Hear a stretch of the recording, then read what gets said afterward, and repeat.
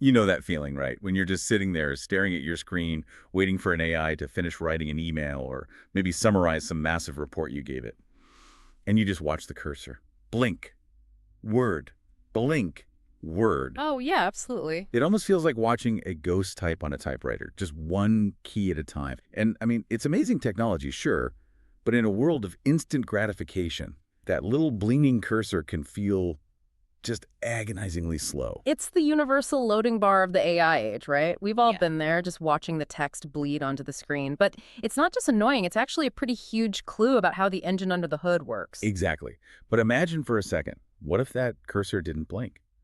What if you hit enter and the entire paragraph or even a whole page of text just appeared instantly? No scrolling, no typing, just bam, there it is. Which is really the holy grail of generative AI right now. And it's not just about curing our impatience, it's about computing efficiency. It's about the fundamental architecture of how these models actually think.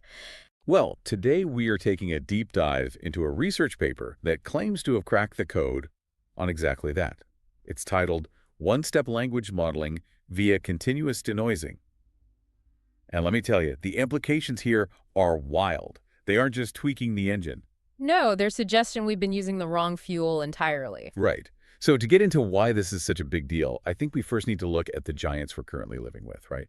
Like GPT-4 or Gemini. Yeah, the autoregressive models? The serial processors? Precisely. They are inherently sequential. So if you want to generate the sentence, the cat sat on the mat, the model has to generate the, then use that to figure out cat, then use the cat to figure out sat, and so on. It's a literal chain reaction. You cannot generate the end of the sentence before the beginning. Which means you can't parallelize it. You can't have a bunch of GPUs working on different parts of the sentence at the exact same time because they're all just waiting for the guy in front of them to finish. It's like a relay race where only one person can run at a time. Exactly. And that is the ultimate speed limit.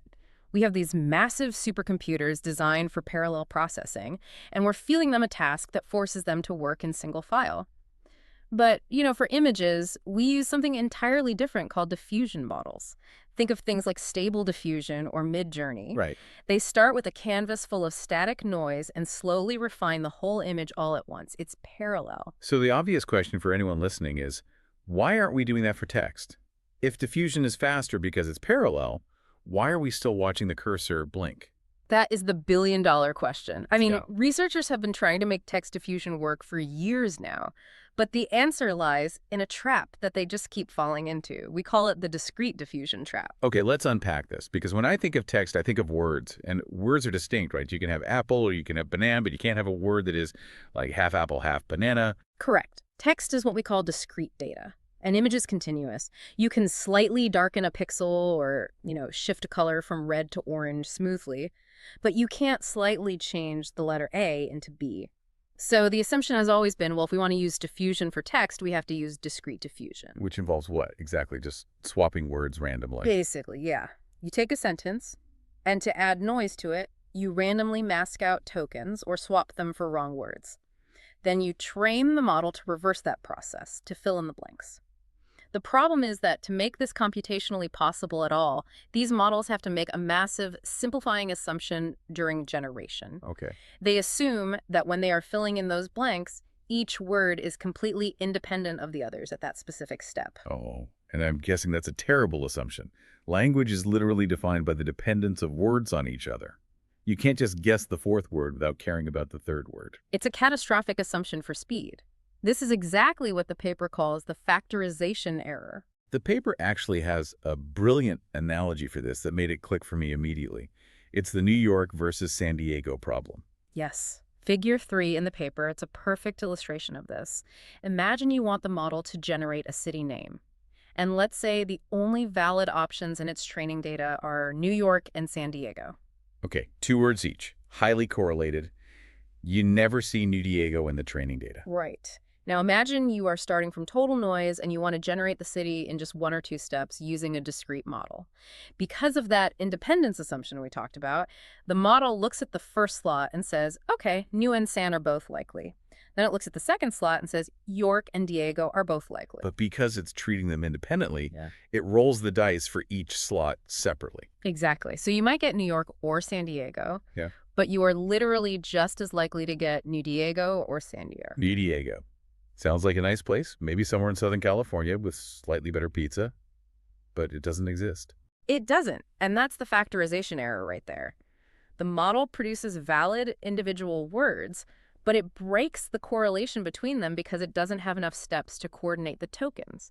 To fix New Diego, the model needs dozens or even hundreds of sequential steps to slowly nudge the probabilities back in line. So if you try to go fast, if you try to do few-step generation with these discrete models, the quality just absolutely tanks. You get total nonsense. Precisely. You trade speed for coherence. That has been the brick wall text diffusion has hit over and over. We wanted the speed of parallel processing, but the discrete nature of words broke the quality, until this paper came along. Enter the challenger, the flow-based language model, or FLM.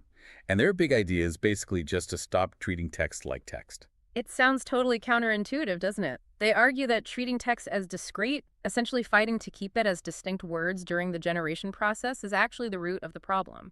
Instead, they treat text as continuous vectors in Euclidean space. Okay, so for the non-mathematicians listening to this, let's break that down real quick. Euclidean space is just normal geometry, right? The kind we did in high school, like points on a graph. Exactly. Flat space. Usually when AI researchers try to treat text continuously, they get very, very fancy with the math. They try to map words onto spheres, what we call Riemannian manifolds, or they force them onto a simplex, which is like a triangle in multidimensional space that represents probabilities. It's mathematically heavy, complex, and crucially, it's very unstable to train. And this paper just says throw that out. They say you don't need it at all. They take a word, say apple, and convert it into a one-hot encoding. So imagine a list of every single word in the dictionary, say 50,000 words. Apple is just a list of 49,999 zeros and a single number 1 at the exact spot for apple. So it's a vector, a specific point in a giant 50,000 dimensional space, sort of like a coordinate on a massive map.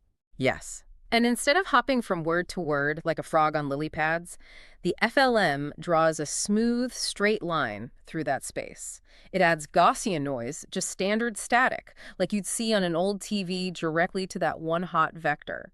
To generate text, it just learns to walk the continuous path from the static noise back to that clean, one hot point. So they're literally treating words like they're pixels in an image, just continuous data points that you can smooth out. Correct. And because it's continuous, you don't have that New Diego problem in the same way. The model moves the entire sequence through this continuous space together. It captures the correlations naturally, just like an image model captures that a nose belongs on a face. The coordinate for New is magnetically attracted to the coordinate for York in this high-dimensional space. But wait, I have a question about that.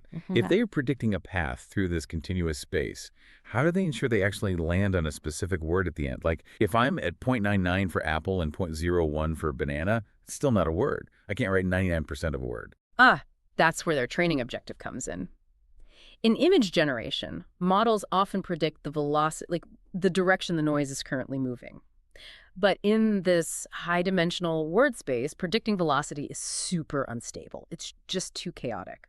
So instead, at every single step of the process, the FLM is trained to predict the final clean data. Oh, wow. So it's trying to guess the destination, not the direction, like driving in a fog and guessing exactly where the house is instead of just staring at the road right in front of you. Exactly. It looks at the noisy mess and says, I think this is eventually going to be the word the. And they use a cross-entropy loss function to do this. This is a crucial detail because cross-entropy is designed for classification. It forces the model to pick a winner.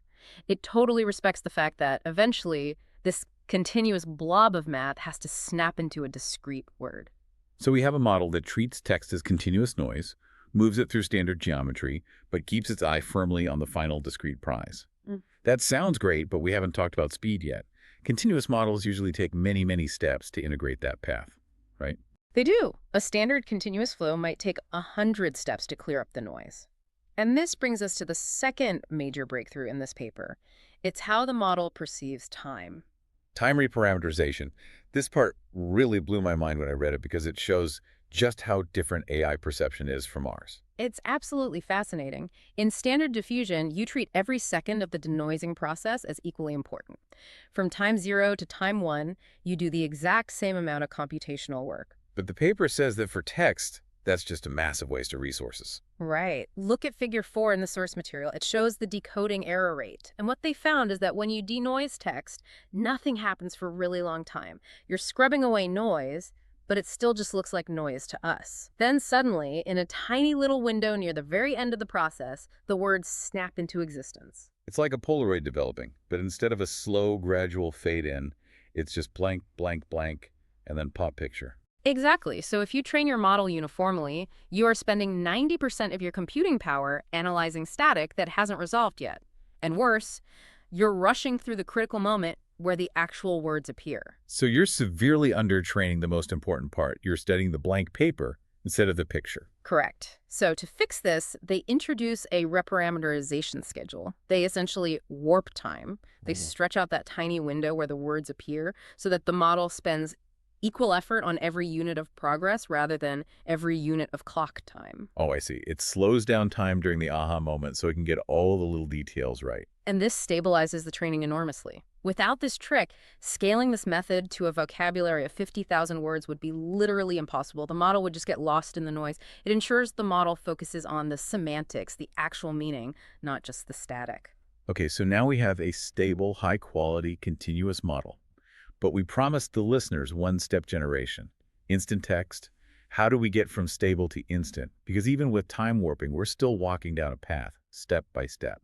This is where we transition from the FLM, the flow-based language model, to the FMLM, the flow map language model. The extra M stands for map, but honestly, it feels like it stands for magic. It does feel like that. But it's based on a very real concept called distillation. So we have this great teacher model, the FLM, that can walk the path from noise to text in, say, 100 steps. It knows the route perfectly. But we don't want to walk, we want to teleport. Exactly. A flow map is essentially a teleportation function. It learns to connect the start point, the noise, directly to the end point, the text, in a straight shot. But you can't just tell a model to learn to teleport immediately, right? It's too hard. The gap is just way too wide for it to guess. It is. So they use a really clever two-stage distillation process. Stage one is learning a correction model. They take the teacher model and say, okay, if I tried to jump from here to there in one big step using just a straight line, how much would I miss by? Like trying to drive across town in a straight line, but the road curves. You'd end up in a ditch. Right. So the correction model learns exactly how much to steer to compensate for that curve, converting a very rough jump into a highly accurate one. And stage two. Stage two compresses that correction into a single final model. It essentially memorizes the corrected jump. So when you run the FMLM, it doesn't calculate the path at all. It just outputs the destination coordinates instantly. So no integration, no stepping through time, just input noise and output text. Just one step. Wow. I mean, this sounds incredible in theory, but we have to look at the scorecard. How does it actually perform against the competition out there? I know they tested this on the 1 billion word benchmark in open web text. The results are striking. When they compared FMLM to the state-of-the-art discrete diffusion models, specifically MDLM and Duo, the difference in the few-step regime was night and day. The stat that jumped out at me immediately was that the FMLM model, in just one single step, matched the exact quality that those discrete models needed 8 to 16 steps to achieve. That's an 8x to 16x speed up for the exact same quality. But honestly, the comparison gets even more brutal when you look at what happens if you force the discrete models to actually try one-step generation. It's a catastrophic failure, right? Complete and utter collapse. The paper mentions that the perplexity, which is basically a measure of how confused the model is, just spikes through the roof for the discrete models. Or, even worse, their entropy collapses. Entropy collapse is basically fancy talk for gets boring and repetitive, right? It's the loop of death. They showed some qualitative samples in Figure 7.